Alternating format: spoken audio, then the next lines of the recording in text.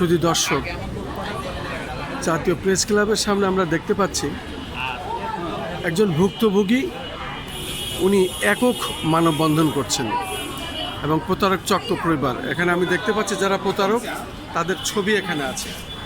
আমি দেখতে পাচ্ছি তারা যে সংঘবদ্ধ যে প্রতারক চক্র, তাদের ছবি এবং তাদের নাম এখানে দেওয়া আছে। আমি দেখতে পাচ্ছি।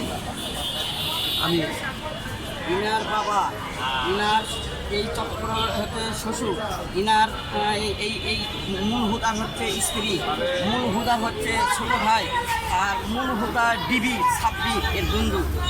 এই মিল হুদা হচ্ছে এই রিকুল মোহাম্মদ আফের।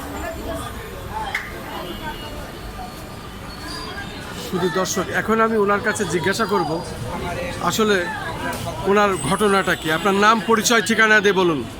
আমার নাম মোহাম্মদ আব্দুল মালেক। আমার দেশের বাড়ি হচ্ছে নওগাঁ সদরে। হ্যাঁ, আমি আগে প্রবাসী ছিলাম 93 সালে মালয়েশিয়াতে। কোন দেশে? মালয়েশিয়াতে। আচ্ছা, তারপরে কিভাবে কি ঘটলো এটা বলেন। আমি একটা ছেলে নিয়ে শহরে থাকি, নওগাঁ শহরে।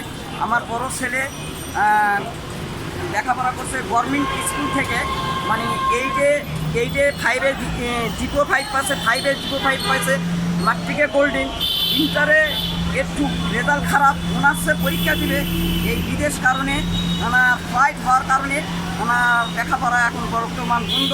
এবং আমার বড় ছেলে মুশফিকুর রহমান নাম, আমার ছেলেকে কুম্বোডিয়া নিয়ে যায়, হ্যাঁ, জিম্বি করে কুম্বোডিয়া থেকে ইটালিতে পাঠানোর নাম দিয়ে আমার কাছ থেকে একাধিক জিম্বিভাবে করে টাকা নিচ্ছে প্রচার পর থেকে।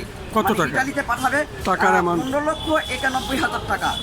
আর এমনি বাসা ভাড়া, খাওয়া বাদা আরও অনেক খরচ হচ্ছে। তারপরে আরও অনেক দেশে পাঠাতে চাচ্ছে, পারেনি। লাস্টে এই বুদ্ধি করে কুম্বোডিয়া আমার ছেলেকে নিয়ে গেছে। আমি টাকা সর্বশেষ করে জানাশোনা করে আমি দিছি। এখন আমার অনেক ঋণ, সেই ঋণকে আমি আমার বাসা বিক্রি করে আমি ঋণ পরিশোধ করেছি। এখন আমার ছেলে পাঠানোর মতন আমার কাছে কোনো টাকা পয়সা নেই। এই চক্র আমাকে টাকা দিচ্ছে না। একাধিকভাবে বৈঠক করেছি, একাধিকভাবে প্রশাসনের কাছে গেছি, অনেক লোকের জন্য কাছে গেছি, গণ্যমান্য লোকের কাছেও গেছি, কিন্তু টাকা দেয় না। খালি টাইম বাই টাইম দেয়, খালি টাইম বাই টাইম দেয়, পার করে টাকা দেয় না। হ্যাঁ, আর বিভিন্ন অজুহাত দেয়, তুমি বিক্রি করতেছি, এ করতেছি। ওনার দেওয়ার অ্যাভাবিলিটি আছে, অনেক সম্পদ।